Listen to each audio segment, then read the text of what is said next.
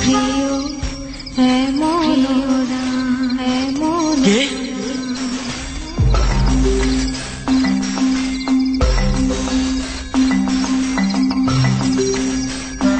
যেন যায় না কে? কে? মালা চন্দন দিয়ে মোর কে? কে গান করে? প্রিয় কে?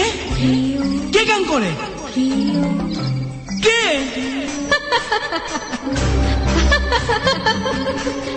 কে তুমি? কে তুমি? সামনে আসো। দেখো, আমি আর পাচ্ছি না, আমার ভয় করছে। প্লিজ সামনে আসো। না না এমন এমন যেন যায় চুপ করো, চুপ করো, প্লিজ চুপ করো। মালা চন্দন দিয়ে মোর ওহ, কে তুমি? সামনে আসো, সামনে আসো বলছি। না না, তুমি আমার মনের ভুল। আমার আবার হ্যালুসিনেশন হচ্ছে। সব ভুল, সব মিথ্যে, সব।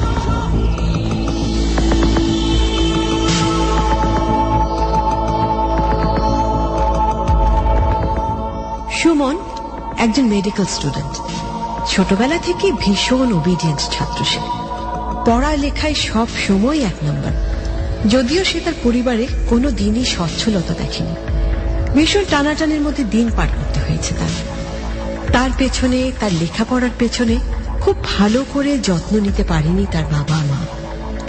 ন্যূনতম খরচ করতেই তাদের অনেক বেগ পেতে হয়েছে।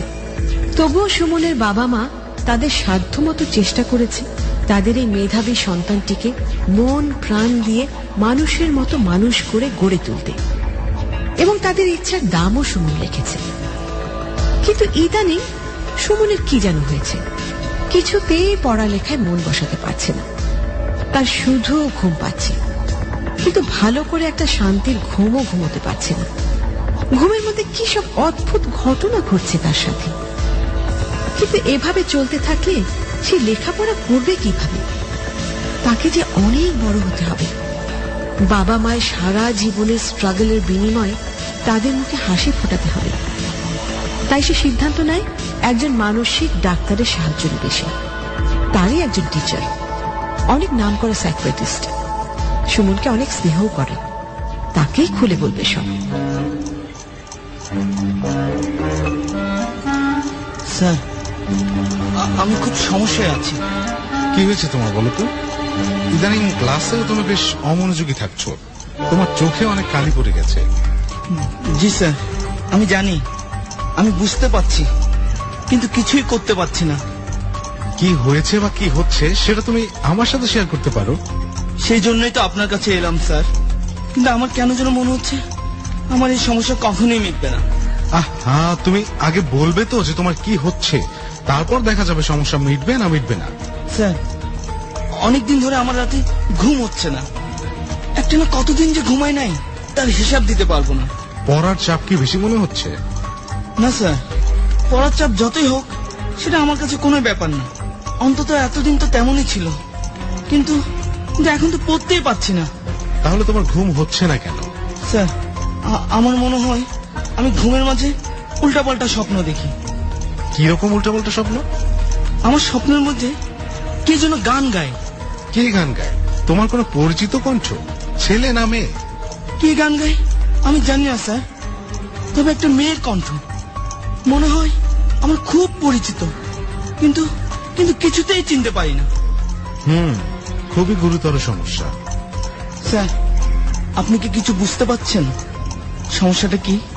বুঝতে তো পারছি, তুমি প্রেমে পড়েছো সুমন। এসব কি বলছেন স্যার? আমি আর প্রেম? খুবই অসম্ভব একটা ব্যাপার স্যার। শোনো সুমন, প্রেম এমনই একটা জিনিস যা যে কোনো অসম্ভবকে সম্ভব করে দিতে পারে। না স্যার, আমার মনে হয় না এমন কিছুই হয়েছে। তাহলে তোমার কি মনে হচ্ছে সুমন? তুমি বুঝতে পারবে তোমার সমস্যাটা কি। না স্যার, আমি বুঝতে পারছি না কেন আমি এই ধরনের স্বপ্ন দেখছি, কি কারণে দেখছি, কিছুই বুঝতে পারছি না। আমার জীবনের সাথে আমার স্বপ্নের কোনোই মিল নাই। আমার মনে হয় কোনো কারণে তোমার হ্যালুসিনেশন হচ্ছে। আমারও তাই মনে হচ্ছিল স্যার। এটা যে কোনো কারণে হতে পারে। এই হ্যালুসিনেশনের সাথে বাস্তব জীবনের যোগাযোগ থাকতেও পারে, নাও পারে, কিন্তু তোমাকে শান্ত থাকতে হবে। এই বিষয়গুলোকে গুরুত্ব দিলে চলবে না, তোমাকে ওভারকাম করতে হবে। কিন্তু কিন্তু আমি তো পাচ্ছি না স্যার। পারছি না বললেই হবে? তুমি একজন মেডিকেল স্টুডেন্ট সুমন, তোমার মুখে এইসব কথা মানায়? তুমি হাল ছেড়ে দিলে তোমার পেশেন্টদেরকে পাওয়ার পাস করবে কি? বুঝতে পারছি স্যার, আমি এখন থেকে চেষ্টা করব, আরো বেশি বেশি চেষ্টা করব। Good, that's like my child. আমি তোমাকে শুধু একটা ঘুমের ওষুধ দিচ্ছি, আপাতত এটাই খেতে থাকো, দেখো সব ঠিক হয়ে যাবে। Good luck.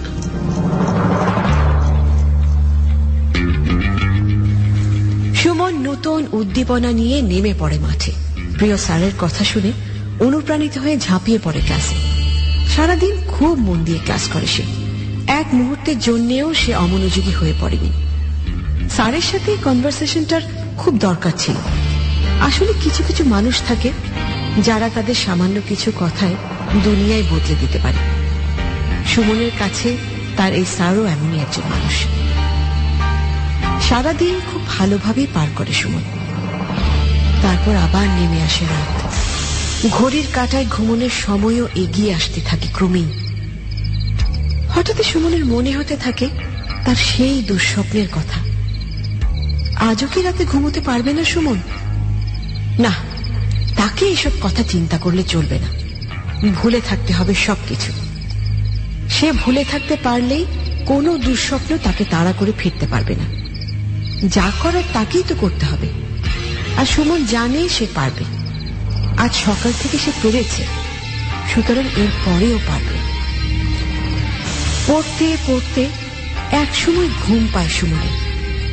যাক, কিছুটা স্বাভাবিক মনে হচ্ছে তার নিজেকে। বই খাতা বন্ধ করে বিছানায় চলে যায় সে। স্যারের দেয়া ওষুধ কাজ করবে আশা করা যায়। কিছুক্ষণের মধ্যেই চোখে নেমে আসে এক রাশ ঘুম। আহ, কি শান্তি! মনে মনে ভাবতে ভাবতেই ঘুমে অচেতন হয়ে যায় সুমন। প্রিয় প্রিয় কে?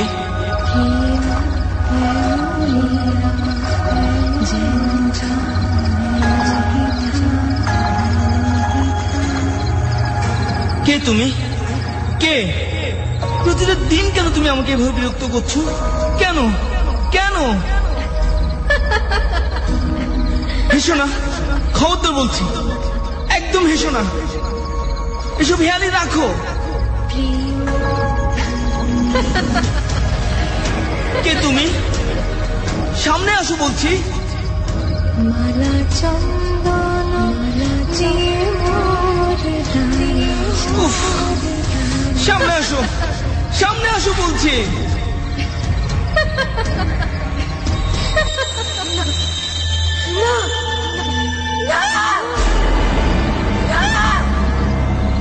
কি হলো? কি হলো তোমার? চিৎকার করলে কেন? কি হয়েছে তোমার? বলো না, কি হলো? শুনতে পাচ্ছ না? তোমার গান থামলো কেন? তোমার বিরক্তিকর গান শেষ হয়ে গেছে? হ্যাঁ,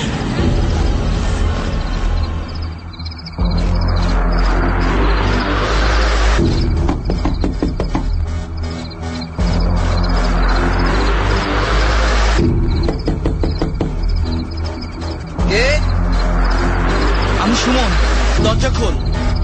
এত রাতে? আরে দরজাটা খোল না।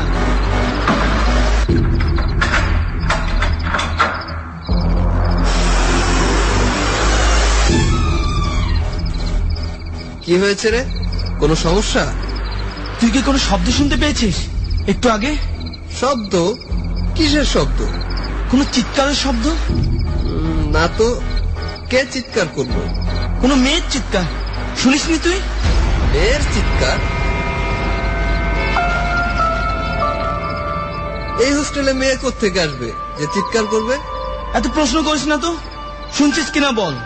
না রে দোস্ত, আমি শুনিনি। কিন্তু তোর কি হয়েছে? আমি জানি না, জানলে তো ভালোই হতো। যাকগে, তুই ঘুমা। আরে কি হয়েছে আগে বলবি তো? কিছুই হয়নি, আমার মাথা খারাপ হয়ে গেছে। শোন, কাল সকালে দেখা হবে, তুই ঘুমা। আর সরি ডিস্টার্ব করার জন্য।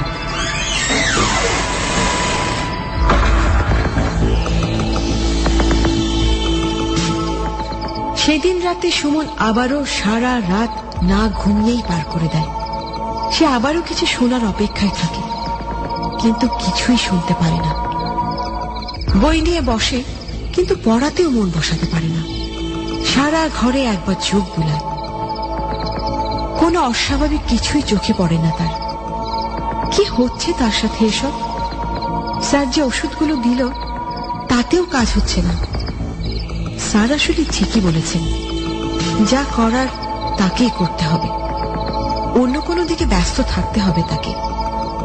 সুমন ভাবে ঘরটা একটু গোছানোরও দরকার আছে। কতদিন হাত দেয়া হয় না কিছুতেই। একে একে টেবিলটা, বইয়ের শেলফটা পরিষ্কার করে সে।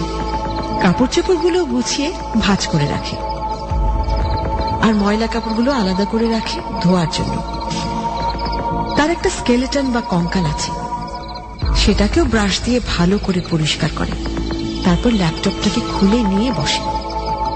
কিছুক্ষণ ধরে অনেক যত্ন নিয়ে চলে তার সাফাই। স্টুডেন্ট লাইফের সবচেয়ে এক্সপেন্সিভ জিনিস এই দুটো। বাবার এগুলো কিনে দিতে অনেক কষ্ট হয়েছে, সে জানে। এসব করতে করতে ভোরের আলো ফুটে ওঠে। আবার শুরু হয় তার নিত্যদিন, যেখানে তার কোনো আগ্রহ নেই।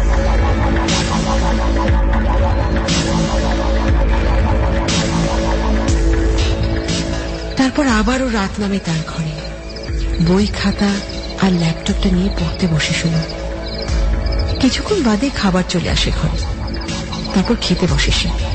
খাওয়াতেও রুচি নেই, ভালো লাগছে না কিছুই। ভাতগুলো নিয়ে শুধুই নাড়াচাড়া করছে। হঠাৎ পানির গ্লাসের দিকে চোখ যায় তার। কি ব্যাপার? ধীরে ধীরে গ্লাসের পানি লাল হয়ে যাচ্ছে কেন? অনেকটা রক্তের মতো। লাল হতে হতে এখন টক বক করে ফুটতে শুরু করেছে। ফুটতে ফুটতে গ্লাস থেকে উপচে পড়তে শুরু করে দিয়েছে। এমন হচ্ছে কেন? সারা টেবিল জুড়ে এখন খালি রক্ত আর রক্ত। মেঝেতে পড়তে শুরু করেছে। গ্লাস, টেবিল, মেঝে, ঘরময় এখন চারিদিকে শুধু রক্ত, রক্ত আর রক্ত। চেয়ার ছেড়ে উঠে আসে সে।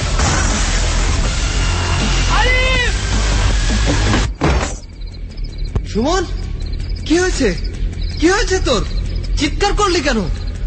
আরিফ, আরিফ, রক্ত। রক্ত? কোথায় রক্ত? কি বলছিস তুই? এই দেখ না, রক্ত ভেসে যাচ্ছে চারিদিক। কি কি কি করে দেখবো? লাইট তো অফ করে রেখেছিস। লাইট অফ করে রেখেছিস কেন? Light off? না তো, লাইট তো জ্বলছিল। তোর কি মাথা খারাপ হয়ে গেছে? কোনো লাইটই জ্বলছে না। দাঁড়া, আমি লাইটটা জ্বালাচ্ছি। আমার খুব কষ্ট হচ্ছে আরিফ। এ কি সুমন, এ কি অবস্থা করেছিস তুই? আমি মনে হয় মরে যাচ্ছি আরিফ। সুমন, এভাবে হাত কেটেছিস কেন? ও মাই গড! আরিফ, আরিফ, আমাকে বাঁচা। আরে আরে, কে কোথায় আছিস? এদিকে আয়। সুমনকে হাসপাতালে নিতে হবে। এভাবে কেউ নিজের হাত কাটে? তুই তো এমন ছিলি না। আরে কে আছিস?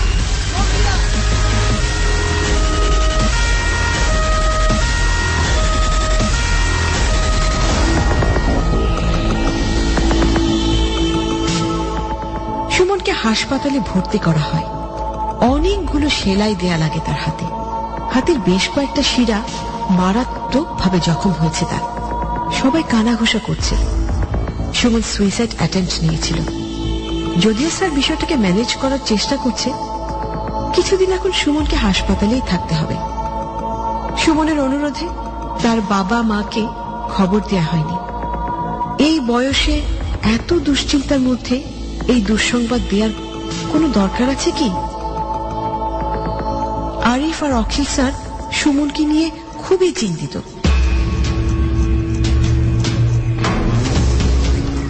আচ্ছা স্যার, সুমন কেন এমন করলো কিছু আন্দাজ করতে পারছেন? আমি তো কিছুই বুঝতে পারছি না আরিফ, এত ব্রাইট স্টুডেন্ট এভাবে নষ্ট হয়ে যাচ্ছে। জি স্যার, বিষয়টা আমিও মেনে নিতে পারছি না। যদিও ও আমার কম্পিটিটর, তবুও বন্ধু তো, আর ও খুব ভালো ছেলে। ও কতটা ভালো ছেলে সে সম্পর্কে তোমার কোনো আইডিয়া আছে? মানে আমি ঠিক বুঝলাম না। মানে সুমনের কোনো বদভ্যাস আছে কিনা? সুমনের বদভ্যাস? কি ধরনের বদভ্যাসের কথা বলছেন আপনি? এই যেমন ধরো যে কোনো ধরনের নেশা। কি যে বলেন স্যার, ও তো কোনোদিন সিগারেটেও টান দিয়েছে কিনা কে জানে, আর সেখানে নেশা? ইম্পসিবল। আচ্ছা ভালো কথা, না থাকাই ভালো। আচ্ছা স্যার, একটা কথা জিজ্ঞেস করতে পারি? করো না। আপনি এইসব ভাবছেন কেন? ভাবছি এই কারণেই, ওর আসল সমস্যাটা কোথায় সেটা খুঁজে বের করা দরকার। আচ্ছা, ওর কি কোনো মেয়ের সাথে সম্পর্ক আছে বা কারো প্রেমে পড়েছে কিনা বলতে পারো? না স্যার, ওর কোনো মেয়ের সাথে সম্পর্ক নাই, ছিল না। কিন্তু একটা মেয়ে নাকি ওকে পছন্দ করত। এটা কতদিন আগের ঘটনা? যখন ও কলেজে পড়ত, মেয়েটা ওকে খুব পছন্দ করত। আপনি তো জানেন সুমন কেমন মুখ চোরা। কিন্তু মেয়েটার বাসা থেকে জোর করে নিয়ে বিয়ে দিয়ে দেয়। কিন্তু মেয়েটা সুমনকে ভুলতে পারেনি। এই ব্যাপারটা মেয়েটার হাজবেন্ড টের পেয়ে যায়। তখন থেকেই ওই মেয়েটার উপর অত্যাচার শুরু হয়। মেয়েটা একসময় সহ্য করতে না পেরে আত্মহত্যা করে। সুমন হয়তো কখনোই আমাদের সাথে এই বিষয়টা শেয়ার করতো না, কিন্তু আমরা এখানে ভর্তি হওয়ার কিছুদিন পরেই মেয়েটা মারা যায়।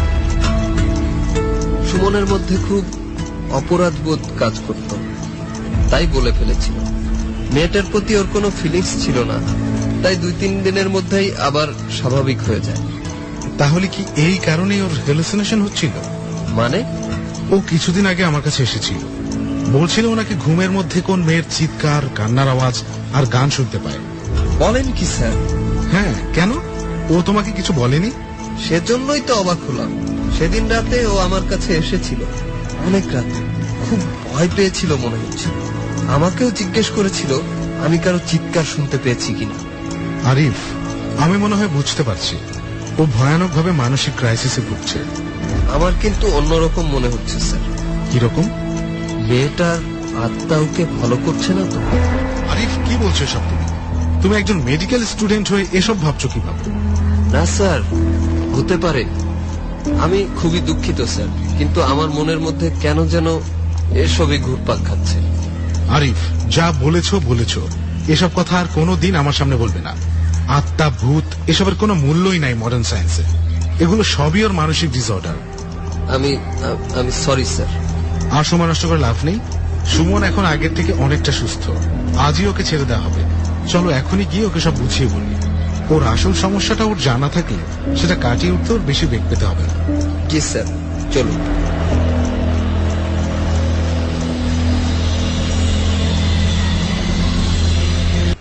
সুমন, এখন কেমন আছো তুমি? জি স্যার, অনেক ভালো, অনেক শান্তিতে আছি মনে হচ্ছে স্যার।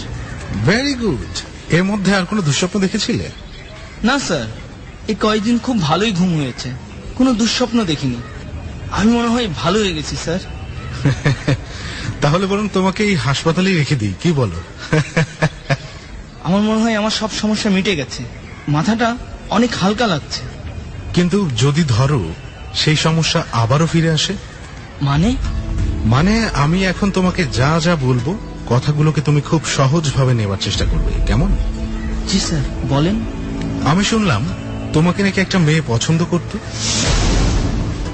জি মানে স্যার। লজ্জা পাওয়ার কিছু নেই সুমন, বি প্র্যাকটিক্যাল। আমি খোঁজ নিয়েছি তোমার ভালোর জন্যই। আমি চাই না তোমার মতো ছেলে নিজের সর্বনাশ ডেকে আনুক। Sorry sir. মেয়েটার সব ঘটনাই আমি শুনেছি। শুনে আমার যেটা মনে হয়েছে, কিন্তু স্যার আমি তো মেয়েটাকে পছন্দ করতে না, তাই তো? আমি সেটাও জানি, কিন্তু বিষয়টা হচ্ছে মেয়েটার মৃত্যুতে তুমি মানসিকভাবে খুব ভেঙে পড়েছো, মানে খুব অপরাধ বোধে ভুগছো, ঠিক কিনা?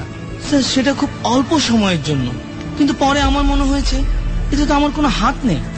গুড, এটাই হওয়া উচিত। কিন্তু আমার অভিজ্ঞতা থেকে যেটা মনে হচ্ছে, তুমি সচেতনভাবে মৃত্যুর অপরাধ বোধ থেকে মুক্ত হয়েছো ঠিকই, কিন্তু তোমার অবচেতন মন বারবার এই অপরাধের দিকে তোমাকে ঠেলে দেয়, যেই কারণে তুমি এই স্বপ্নগুলো দেখো। এই জন্যই কি ওই মেয়েটার গলা আমার এত চেনা চেনা লাগে? হ্যাঁ, তাহলে আমার এখন কি করতে হবে স্যার? আমি তোমাকে নতুন করে কিছু ওষুধ লিখে দেব, সেগুলো ফলো করো। আর আপাতত কিছুদিন পড়ালেখা বা অন্য কোনো চাপ মাথায় নিও না। জি আচ্ছা স্যার। আর সবচেয়ে ইম্পর্টেন্ট কথা, তোমার যে অবচেতন মন তোমাকে কষ্ট দিচ্ছে, তোমার সচেতন মন দিয়ে তার সাথে ফাইট করতে হবে। আমি নিশ্চিত তুমি পারবে, তুমি জিততে পারবে। সুমন হোস্টেলে ফিরে আসে। নিজেকে তার মানসিক আর শারীরিকভাবে অনেক সুস্থ সবল মনে হতে থাকে। বই খাতা খুলে নিয়ে বসে সুমন। যদিও স্যার মানা করেছে, তবুও পড়াশোনা কখনোই তার কাছে চাপের মনে হয় না, বরং পড়তে পারলে ভালোই লাগে তার। তার কাছে পৃথিবীর সবচাইতে আনন্দদায়ক কাজ হচ্ছে পড়াশোনা। পড়তে পড়তে চোখ লেগে আসতে থাকে সুমনের। কেমন যেন চারদিক ঝাপসা হয়ে আসতে থাকে তার। উঠে গিয়ে চোখে মুখে পানি দিয়ে আসে, তবুও কিছুতেই কিছু হচ্ছে না। বইয়ের সব অক্ষরগুলো তাল গোল পাকিয়ে যাচ্ছে, কালো কালো অক্ষরগুলো ক্রমেই লাল হয়ে যাচ্ছে। কি ব্যাপার, এমন হচ্ছে কেন? লাল লাল দেখাচ্ছে কেন সবকিছু? চোখ মুখ ডলতে থাকে সুমন। লাল অক্ষরগুলো সারা বই জুড়ে ঘুরপাক খেতে থাকে। সুমন অস্বস্তিতে হাঁসফাঁস করতে থাকে।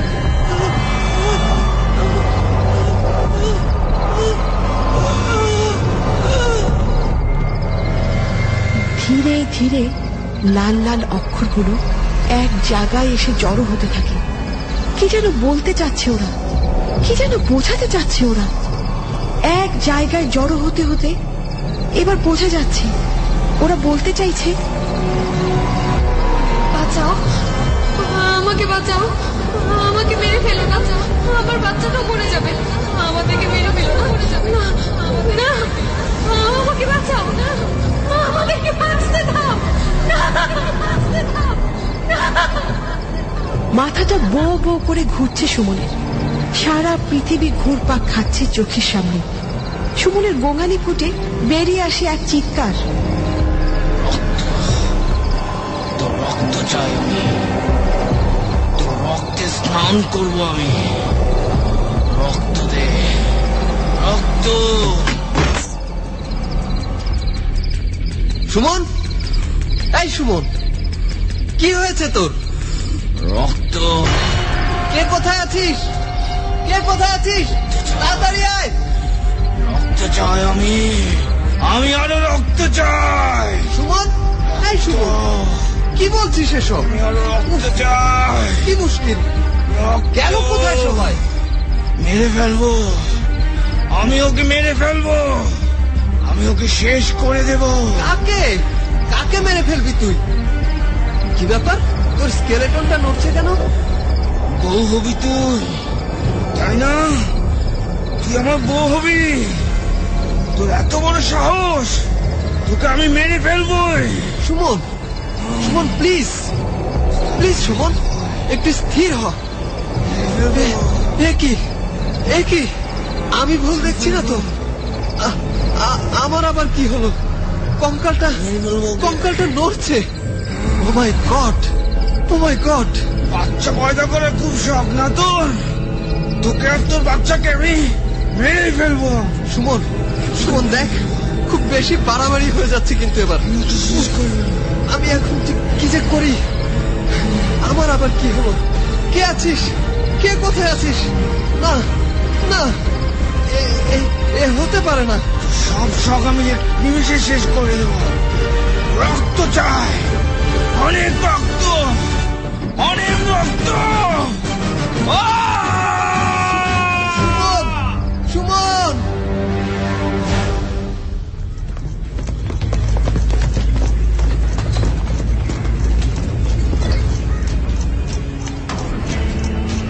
কি হয়েছিল কাল, আমাকে ঠিক করে বলো তো।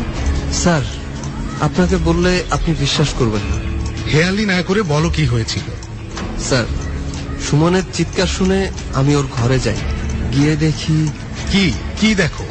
গিয়ে দেখি সুমন কেমন যেন যন্ত্রণায় কাতরাচ্ছে। আর আর আর কি আরিফ, বলো, ঠিক করে বলো। আর সুমনের গলার আওয়াজ একদম পাল্টে গেছে। না না, ঠিক পাল্টে যায়নি, ওরই গলা, কিন্তু কিন্তু কি আরিফ? কিন্তু কেমন যেন শোনাচ্ছিল, খুবই অদ্ভুত। কি বলছিল ও? কিছু বলছিল নাকি এমনি কাতরাচ্ছিল? বলছিল রক্ত, রক্ত চাই, ওর নাকি রক্ত চাই, অনেক রক্ত। মানে? হ্যাঁ স্যার, ও কাকে যেন মেরে ফেলতে চাচ্ছিল, কি নৃশংস হয়ে গিয়েছিল। আমি আপনাকে বলে বোঝাতে পারবো না। উফ, নাটক করো না তো, পরিষ্কার করে বলো। ও কাকে যেন মেরে ফেলতে চাচ্ছিল, বলছিল ওকে বিয়ে করার এতই যখন শখ, তখন ওকে ও মেরেই ফেলবে, ওর বাচ্চাটাকে ও মেরে ফেলবে। ও কি ওই মেয়েটার কথা বলছিল?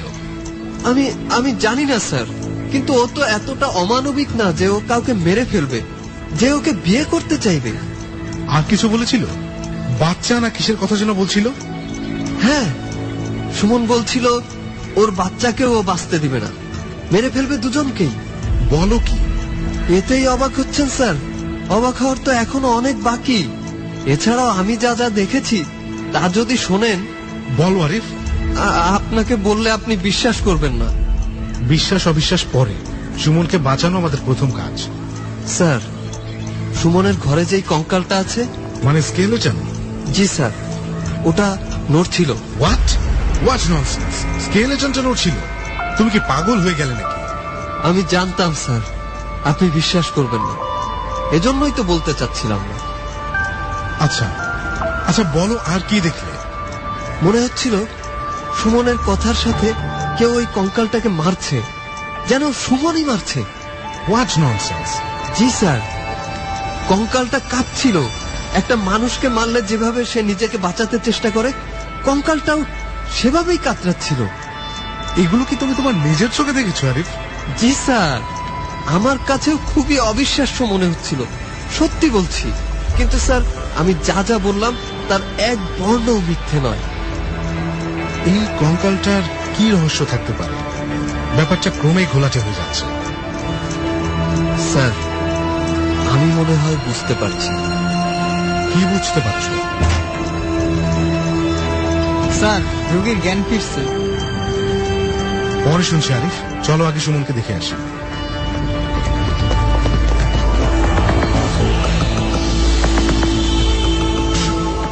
রহস্য ক্রমেই জট পাকাতে শুরু করেছে। যত সময় পার হচ্ছে সেই জট আরো মজবুত হয়ে যাচ্ছে, কিন্তু কোনো সমাধানে আসতে পারছে না কেউ। কিন্তু এইভাবে চলতে থাকলে সুমন যে ধুকে ধুকে নিঃশেষ হয়ে যাবে। কিভাবে বাঁচাবে ওকে ওর প্রিয় শিক্ষক অখিল স্যার আর বন্ধু আরিফ? পারবে কি তারা এই রহস্যের সমাধান করতে? আসলে এই কাহিনীতে রহস্যটাই বা কোথায়? সুমনের অবচেতন মানসিকতায়, না অন্যখানে, না অন্য জগতে? কিরে সুমন, কেমন আছিস? ভালো। সুমন, কি ব্যাপার? এত গম্ভীর হয়ে আছো কেন তুমি? কই না তো। তুমি কি একা থাকতে চাও? আমি জানি না। আসলে আমার মনে হয় তোমার এখন একটু আড্ডা দেওয়া দরকার, বন্ধুদের সাথে সময় কাটানো দরকার, বাবা মায়ের সাথে দেখা করার দরকার। না। কি না? বাবা মায়ের সাথে দেখা করা যাবে না। ঠিক আছে, বাবা মায়ের সাথে দেখা করো না, কিন্তু ফোন করে কিছু সময় তো কথা বলতে পারো। না। আচ্ছা ঠিক আছে, বলতে হবে না কথা। কিছুদিন হাসপাতালে থেকে হোস্টেলে ফিরে গিয়ে বন্ধুদের সাথে নিয়ে কোথাও ঘুরে আসো পারো। দেখো সব ঠিক হয়ে যাবে। না, কিচ্ছু ঠিক হবে না। আমি আমার রুমে যাব। কিন্তু তোমাকে তো কিছুদিন এখানে থাকতেই হবে। না, আমি এখানে থাকবো না, আমি রুমে যাব। আচ্ছা ঠিক আছে, তুমি যা চাও তাই হবে। আমি তোমাকে তোমার রুমে পাঠানোর ব্যবস্থা করছি। ধন্যবাদ। আর তুমি সুস্থ হওয়া পর্যন্ত আরিফ তোমার রুমেই থাকবে। কেন? কেন আরিফ আমার রুমে থাকবে? তুমি চাও না আরিফ তোমার রুমে থাকুক? না, আমি একা থাকতে চাই। আমি একটু একা থাকতে চাই।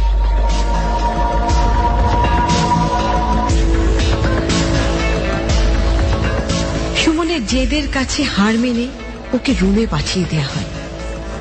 আর এদিকে অখিল স্যার আর আরিফ নেমে পড়ে মাঠে, এক মেধাবী ছাত্রকে বাঁচানোর যুদ্ধে। কোনো এক বাবা মায়ের একমাত্র অবলম্বনকে শেষ রক্ষার প্রয়াসে। এই রহস্যের সমাধান করতেই হবে তাদের। কে জানে কি রহস্য লুকিয়ে আছে এই কঙ্কালের পেছনে। দেখা যাক সময়ের সাথে সাথে এই রহস্যের পর্দা টেনে খুলে আনতে পারে কিনা অখিল স্যার আর আরিফ।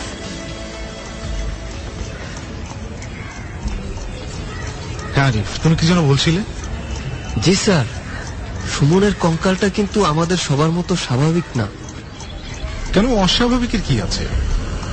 আপনি কি দেখেছেন ওর কঙ্কালটাকে? হ্যাঁ দেখেছি তো, বেশ পুরনো।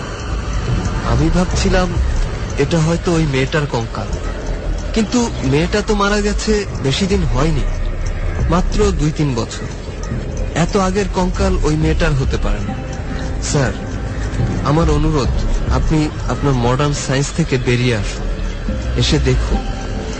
মডার্ন সায়েন্সও কিন্তু এই ধরনের অপশক্তিকে ফেলনা ভাবে না। এখনো পৃথিবীতে এর রাজত্ব আছে। হ্যাঁ, তোমার কথা শোনার পর আমি বেশ কিছু আর্টিকেল পড়েছি এই বিষয়ে। এখন আমিও বিষয়টাকে হালকাভাবে দেখছি না। কঙ্কালটা কেনার পেছনেও কিন্তু কাহিনী আছে। কি কাহিনী? আপনি তো জানেন স্যার, এক একটা স্কেলেটনের অনেক দাম, আর সুমনের আর্থিক অবস্থাও অতটা ভালো না, তাই ও বাইরের থেকে স্কেলেটনটা কেনে। মানে ও আমাদের মেডিকেল থেকে কঙ্কালটা কেনেনি? না স্যার, যখন আমাদেরকে যার যার স্কেলেটন কিনতে বলা হলো, তখন ও একদিন আমার কাছে এসে বলল,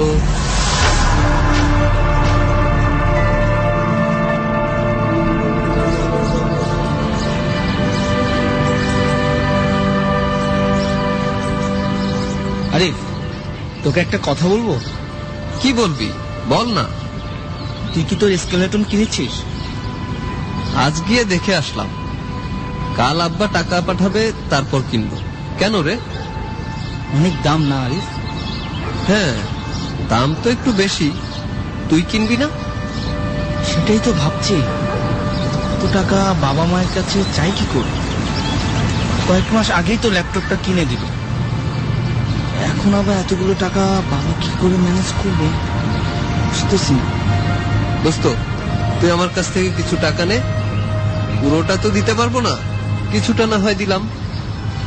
আরে দোস্ত, এটা হয় না। তাহলে যদি শোধ করতে না পারি, তার চেয়ে তুই বরং আমাকে একটা খবর জোগাড় করে দে, এই শহরের বাইরে কোথাও স্কেলেটন পাওয়া যায় কিনা। আমি তো এখানে নতুন, আর তোর তো অনেক জানাশোনা, কমের মধ্যে যদি পাওয়া যায়। ও আচ্ছা, তুই কোনো চিন্তা করিস না, খুব ভালো বুদ্ধি বের করেছিস।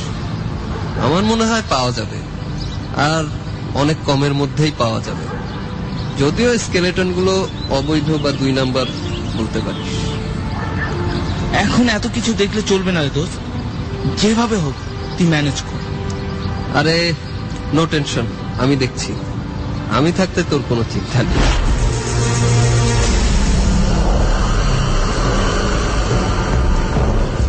ও তাহলে এই কাহিনী?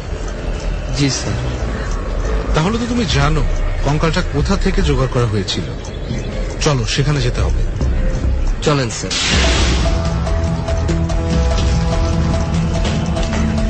কথাই বলে না, সস্তার 3 অবস্থা। এখন বোঝো। সরি স্যার, মাফ করবেন, কিন্তু সুমনের এছাড়া আর কিছুই করার ছিল না। এসব কঙ্কাল কোত্থেকে আসে জানো? কেউ কেউ দাফন করা কবর থেকে 2-3 দিন পর এসব কঙ্কাল চুরি করে বিক্রি করে। আরো না জানি কত কাহিনী লুকিয়ে থাকে এসবের পিছনে। এইগুলোর সাথে অনেক ক্রাইমও জড়িত। এইসব লাশের বেশিরভাগের স্বাভাবিক মৃত্যু হয় না, হয় সুইসাইড না হয় খুন। কি বলছেন কি স্যার? হ্যাঁ, এখন এত অবাক হওয়ার সময় নেই। চলো তাড়াতাড়ি। চলুন চলুন।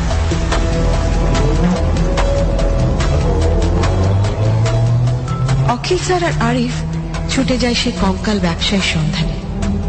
সেই হয়তো তাদেরকে পৌঁছে দিতে পারে কঙ্কাল রহস্যের একেবারে মূলে।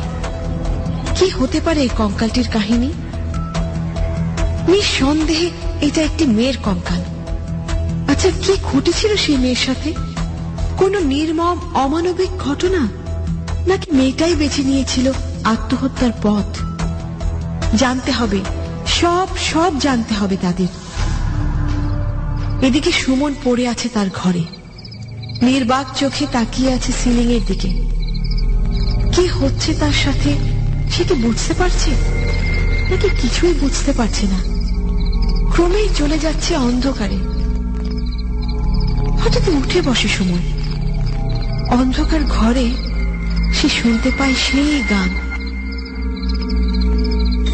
প্রিয় এমন রাত। মাধবী, আমি তোমার প্রেমে পড়েছি, আমি তোমাকে ভালোবাসি। যা, কি বলছেন এসব? ঠিকই বলছি মাধবী, তোমার সুর, তোমার ছন্দ আমাকে পাগল করে দেয়।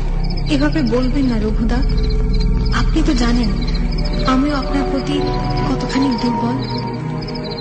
তাহলে কিসের এত বাধা? কেন আটকে রাখো আমায়? কেন বাধা দাও? না রঘুদা, এ হয় না, আমি আপনার যোগ্য না। কে বলেছে? কে বলেছে তুমি আমার যোগ্য না? তোমার রূপ, তোমার সৌন্দর্য, ক্যামেরার সামনে তোমার অভিব্যক্তি, উফ, আমাকে পাগল বানিয়ে দাও তুমি। তোমার মতো এত গুণী নায়িকা আর কজন আছে বলো তো? আমি গুণী নই রঘুবিদ্যা, গুণী তো আপনি।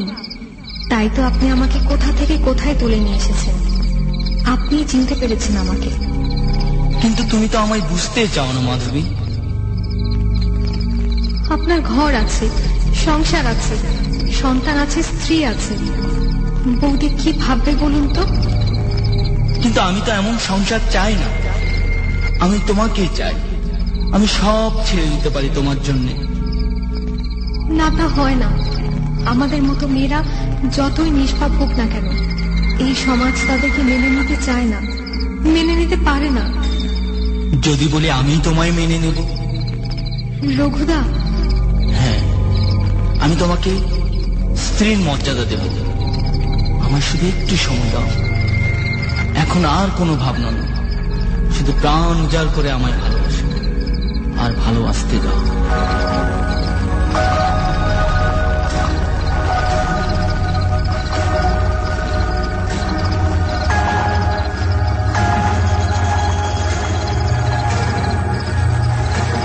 তুমি এসব কি পাগলামি শুরু করেছো মাধবী? পাগলামি? কিসের পাগলামি? তুমি কাল শুটিং এ যাও, আজ রেকর্ডিং এ আসো, কি শুরু করেছো কি? আমার শরীরটা ভালো না গো, একটু বোঝার চেষ্টা করো। কি বুঝতে বলছো তুমি আমাকে? তুমি অন্য নায়িকাদের মতো শুরু করেছো। তুমি জানো না আমি এতটা বিশৃঙ্খলা পছন্দ করি না। আমি জানি, কিন্তু তোমায় আমার কিছু কথা বলার আছে। তুমি তুমি কবে আমাকে বিয়ে করবে রঘুদা? উফ, বিয়ে বিয়ে বিয়ে, বিয়ে ছাড়া কি তোমার আর কোনো চিন্তাই নেই? তুমি তোমাকে স্বপ্ন দেখিয়েছিলে, আর এখন এমন করছো। আমি যে যত দিন যাচ্ছে তত বেশি দুর্বল হয়ে পড়ছি তোমার উপর। আমি তোমাকে অনেক বেশি ভালোবেসে ফেলেছি রঘুদা। এসব ন্যাকামি ছাড়ো, ছেড়ে তৈরি হয়ে না। আমার সাথে তুমি এখন শুটিং এ যাবে। তুমি কি এখন আর আমাকে ভালোবাসো না রঘুদা? বাসি তো, কিন্তু তুমি তো জানোই আমার কাছে আমার গান, আমার সিনেমা কতটা জরুরি। কাজটা শেষ হয়ে যাক, তারপর আমি তোমার সময় দেব। রঘুদা, রঘুদা, আমার গর্ভে এখন তোমার সন্তান। কি বললে তুমি?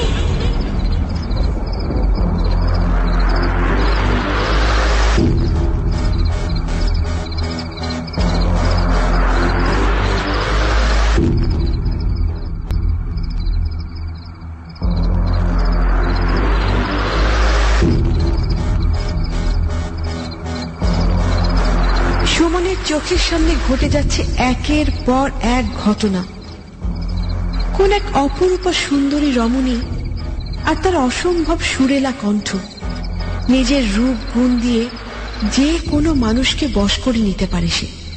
কিন্তু সবকিছু কেমন যেন সাদা কালো লাগছে সুমনের কাছে, ঠিক যেন পুরনো দিনের চলচ্চিত্রের মতো। কেমন আবছা আবছা আলো আধারির খেলা। কিছু দৃশ্য ঘটে যাচ্ছে চোখের সামনে, পাল্টে যাচ্ছে কিছু দৃশ্যপট, পাল্টে যাচ্ছে মানুষ, মানুষের মন, ইচ্ছা, স্বভাব, চরিত্র, মানসিকতা, সব। অখিল স্যার যেমন বলেন, মানুষের মনের মধ্যে দুইটা সত্তা থাকে, একটি চেতন আর একটি অবচেতন। আর মানুষের অবচেতন সত্তা কিছু বুঝে ওঠার আগেই চেতন সত্তাকে গ্রাস করে ফেলতে পারে। যেসব মানুষের অবচেতন সত্তা বেশি শক্তিশালী হয়, সেসব মানুষ বেশি ইমোশনাল হয়। তারা তাদের চেতনার উপর আস্থা রাখতে পারে না, চেতনায় ভর করে জীবন কাটাতে চায় না। অবচেতনেই তারা খুঁজে পায় আনন্দ।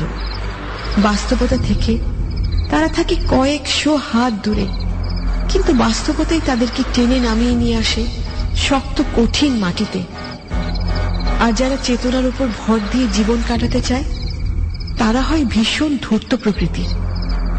এরা জয় করে, গ্রাস করে, স্বপ্ন দেখায় স্বপ্নে বেঁচে থাকা মানুষদের, কিন্তু এরা নিজেরা স্বপ্ন দেখে না। একটু আগে ঘটে যাওয়া ঘটনার সাথে আমার কথার কি কোনো মিল পাচ্ছেন? রহস্য কি তার আড়াল থেকে বেরিয়ে আসছে, নাকি ক্রমেই ছেয়ে যাচ্ছে কুয়াশায়?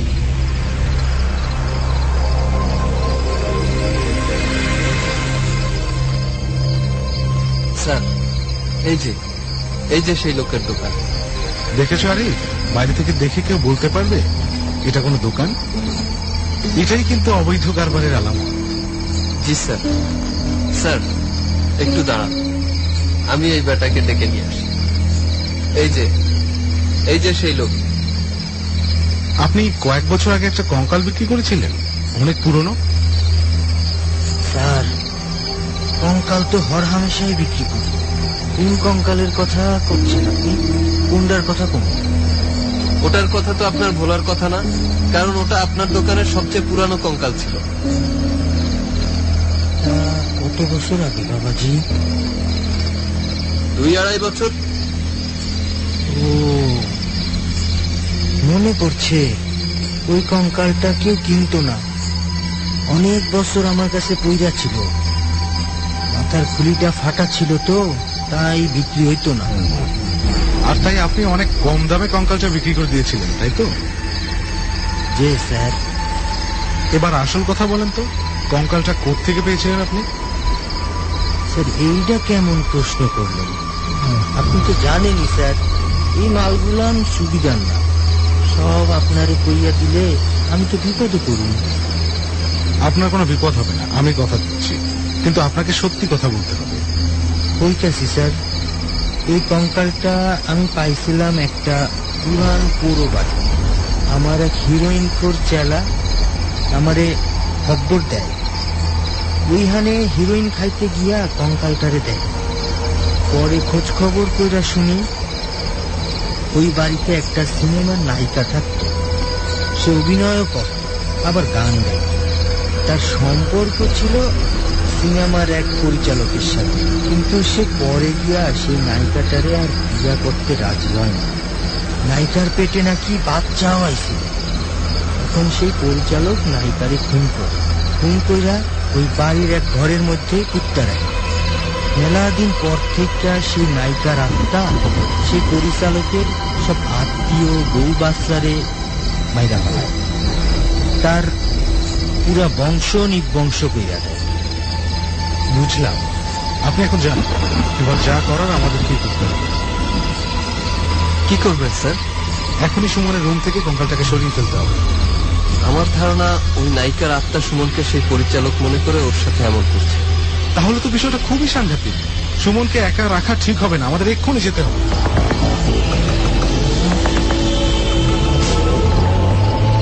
অদ্ভুত এক ঘোর কাটিয়ে উঠে বসে সুমন, কিন্তু চোখের ভাষা অন্যরকম।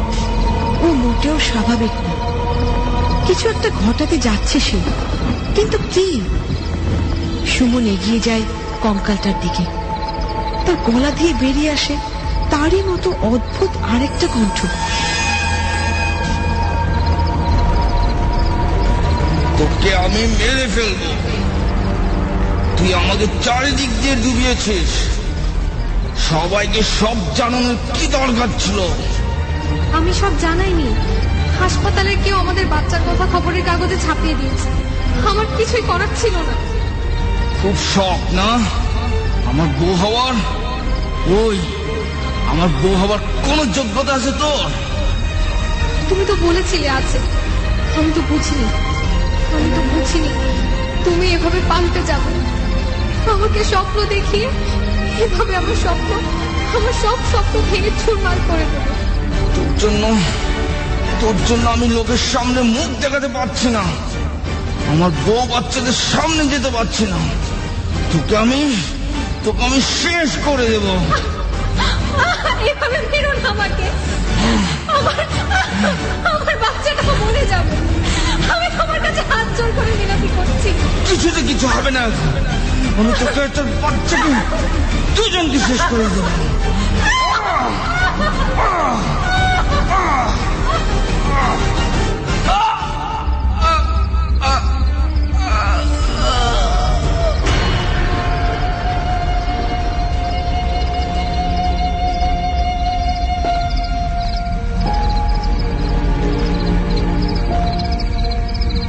আরিফ আর অখিল স্যার সুমনের রুমে এসে ঢোকে। দরজা হাট করে খোলা ছিল। অন্ধকার ঘরের মেঝেতে পড়ে আছে সুমনের নিথর দেহ। মাথার কাছ থেকে এখনো গল গল করে রক্ত ঝরে যাচ্ছে। ছোট্ট রুমটা রক্তে ভরে গেছে। রুমের ভেতর সবই আছে, শুধু একটা জিনিস নেই, সেই কঙ্কালটা।